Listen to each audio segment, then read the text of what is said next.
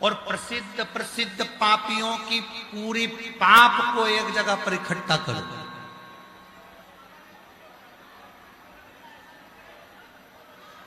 और एक बार मुख से शिव का नाम निकल जाए तो वो पाप एक क्षण में जलकर भस्म हो जाता है, एक क्षण।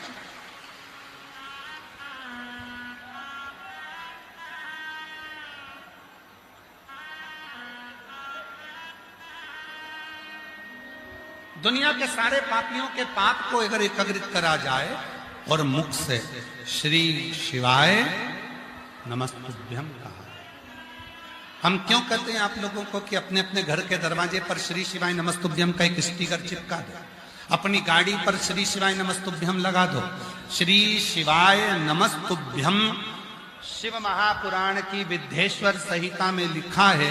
ये वो मंत्र है जिस मंत्र का केवल उच्चारण करने पर अपनी 71 पीढ़ी में भी अगर किसी ने कोई भूल से भी पाप करा होता है तो वो नष्ट हो जाता है।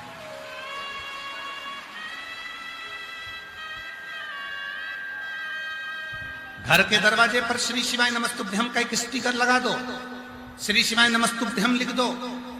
क्या होगा? लोग कहते हैं, वास्तुशास्त्री कहते हैं यहां से जीनी को तोड़ो, कोई कहता है यहाँ बाथरूम को तोड़ो, कोई कहता है रसोई घर तोड़ो, कोई कहता है ये दरवाजा तोड़ो, कोई कहता है वो दरवाजा तोड़ो। शिव महापुराण की कथा में कहा गया, एक बार मुख पर अगर कोई दरवाजे के बाहर भी खड़ा हो गया और उसने श्री शिवाय नमस्तुभ्यम को पढ़ लिया, जो अंदर आ रहा है उसके आने से ही हमारा वास्तु दोष पूरा समाप्त हो जाता है। एक श्री शिवाय नमस्तुभ्यम वो मंत्र है, श्री शिवाय नमस्तुभ्यम वो ऊर्जा है, श्री शिवाय नमस्तुभ्यम वो बल है, श्री शिवाय नमस्तुभ्यम वो एक ऊर्जा है जिसके पाने से, जिसके बोलने से, जिसकी सम्मुखता से, जिसके सामने होने से हमारे जीवन के सारे संचित पाप नष्ट हो जाए। एक पत्र है, अच्छा पत्र देखिए, जिनके पत्र पढ़े जा रहे हैं अगर वो आए हैं तो आते जाएं, अपना बेलपत्र लेकर। मेरा नाम राधिका है, मैं फुसरो जिला बोकारो झारखंड से हूं। मेरा नाम राधिका है, कहीं बैठी हो राधिका जी। मैं फुसरो जिला बोकारो झारखंड से हूं। मेरा मोबाइल नंबर ये है। गुरुजी, मैं आपसे 2022 से जुड़ी हूं।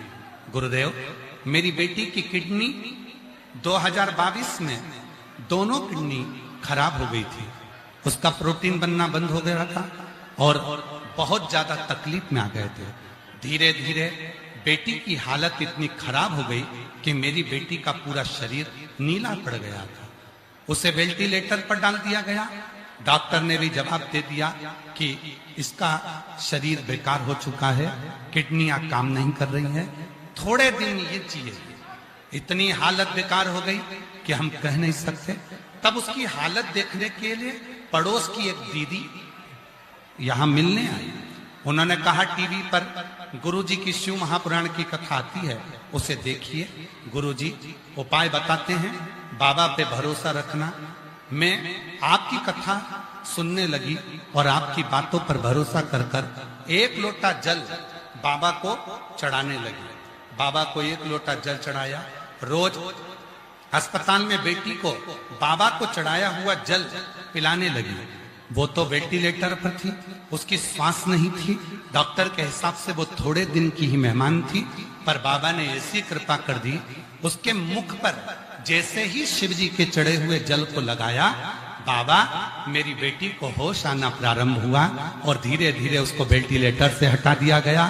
आज बाबा की कृपा से मेरी बेटी स्वस्थ है और रोज बाबा को 1 लोटा जल चढ़ाती है, स्कूल जाती है। और बाबा एक बात कहूं, आज मेरी बेटी की दोनों किडनियां काम करना प्रारंभ कर दी। ये शिव की कृपा। एक लाइन नीचे लिखी है, इस लाइन को आप और हम सब गुनगुनाएंगे। पहले आप पढ़ो और पढ़कर आप बोलोगे, फिर हम बोलेंगे, ठीक है? साथ में, जो दिल से वो दिल से दे दे, मेरा भोला भंडारी है, खाली झोली भर दे। मस्तक पे चंदा है, उजियारा कर देगा। मस्तक पे चंदा है, उजियारा कर देगा। मेरा भोला भंडारी है, खाली झोली भर देगा। मेरा भोला भंडारी है, खाली झोली भर देगा। अब हम आपसे पूछें, 25 साल के बाद क्या किसी को बच्चा हो सकता है?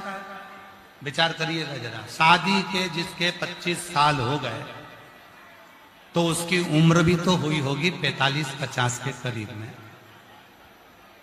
क्या उसको बच्चा हो सकता है? इसमें सीहोर वाले महाराज, आप कहो कि किडनी सीहोर वाले बाबा ने सही कर दी, ना ना ना। सीहोर वाला बाबा अपने आप को सही नहीं कर पाता तो तुमको क्या खाक सही करेगा? सीहोर वाले बाबा ने कुछ नहीं करा, सीहोर वाले महाराज ने कुछ नहीं करा। जो कुछ करा, तुम्हारा एक लोटा जल सारी समस्या का हल। तुम्हारे एक लोटे जल ने सब कुछ कर। तुम्हारा विश्वास, तुम्हारी भक्ति, तुम्हारी दृढ़ता, तुम्हारा भरोसा, और जिस दिन ये भरोसा दृढ़ होता है उस दिन तुम्हारा दुख मेरे भोलेनाथ का होता है और वो दुख समाप्त हो ही जाता है।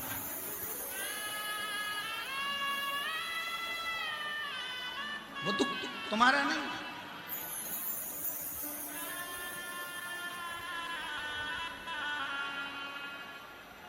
उपवास का मतलब मालूम है आपको? जम के तो बोलो। उपवास का मतलब मालूम है? आप जो व्रत करते हो उसका एक नाम है उपवास। उपवास का मतलब है भगवान पर इतना भरोसा कर लेना, ऊपर वाले पर इतना भरोसा कर लेना कि उस ऊपर वाले के चरणों में वास हो। इस मन का समझ लेना कि तुम्हारा उपवास हो गया। उस पर विश्वास, उस पर भरोसा, उस पर दृढ़ता, उस पर तुम्हारा पूर्ण भरोसा, उस पर तुम्हारा पूर्ण चित्त, उस पर पूर्ण तुम्हारा विश्वास। तुम जो एक लोटा जल चढ़ाने के लिए शंकर जी के मंदिर जाती हो, तुम जो एक लोटा जल चढ़ाने के लिए शंकर के मंदिर में पहुंचते हो, जल चढ़ाते समय तुम्हारा भरोसा इतना दृढ़ होना चाहिए कि मेरा दुख आज मेरा बाबा काट कर रहेगा तो मेरा शंभू तुम्हारा दुख काट कर ही रहेगा। काट कर।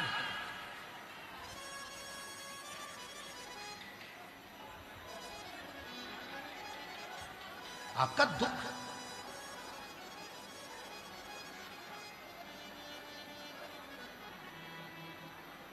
शिव की शिव। हमने पहले भी कहा, आज फिर कहते हैं, घड़ी बेकार हो गई है, किराने की दुकान पर लेकर मत जाओ। सुधारने के लिए घड़ी बेकार हो गई है तो कपड़े वाले की दुकान पर लेकर मत जाओ। ये हम पहले भी बोल चुके हैं, आज फिर बोल रहे हैं। झारखंड रांची की पवित्र कथा। घड़ी बेकार हो गई है, किराने वाला सही नहीं करेगा। घड़ी बेकार हो गई है, कपड़े वाला सही नहीं करेगा। घड़ी बेकार हो गई है तो तुम्हारा मोबाइल वाला सही नहीं करेगा। घड़ी बेकार हो गई है, फ्रिज वाला सही नहीं करेगा। घड़ी बेकार हो गई है तो सब्जी वाला सही नहीं करेगा। घड़ी की दुकान पर लेकर जाना पड़ेगी। उसी तरह घड़ी किसने बनाई? समय किसने बनाया? समय हमारे यहाँ कहते हैं उसको काल अधिपति। काल मतलब घड़ी, काल मतलब समय, और काल का जो अधिपति है उसका नाम है महाकाल। तो घड़ी किसने बनाई? शिव ने। समय किसने बनाया? शिव ने। वार किसने बनाए? शिव ने। नक्षत्र किसने बनाया? शिव ने। तिथि किसने बनाई? शिव ने। ये जितना समय ये महाकाल है।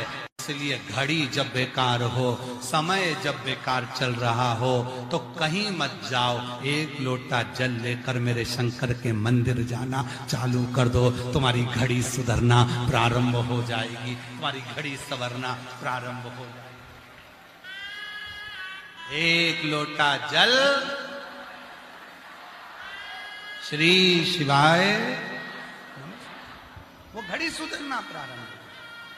कैसा भी पाप कर्म है, हमारी जिंदगी का कितना भी पाप कर्म है, हमारे जीवन में कितनी भी तकलीफ है, हमारे जीवन में कितना भी कष्ट है, हमारे जीवन में कितना भी दुख है, शिव महापुराण की कथा कहती है। कितना सुंदर संवाद देखिएगा। जितने असुर मरे, जितने असुर मरे, जितने असुर मरे, उन असुरों को देवताओं ने मोक्ष दिया। राम जी के हाथ से जो असुर मरे वो भी मोक्ष पाए, भगवान कृष्ण के हाथ से जो असुर मरे वो भी मोक्ष पाए, वो भी मुक्ति पाए। पर भगवान शंकर के हाथ से जितने असुर मरे, जितने असुर मरे, भगवान शंकर ने पूछा तुम्हारे प्राण छूट रहे हैं, मोक्ष चाहिए? असुरों ने कहा नहीं। फिर क्या चाहिए? बस आपके कैलाश का वास दे दीजिए, मैं आपके चरणों में रहूं, जहां मेरा शिव रहे उसके चरणों में मेरा निवास हो, बस ऐसी कृपा कर दीजिए। हमें मोक्ष नहीं, मोक्ष नहीं।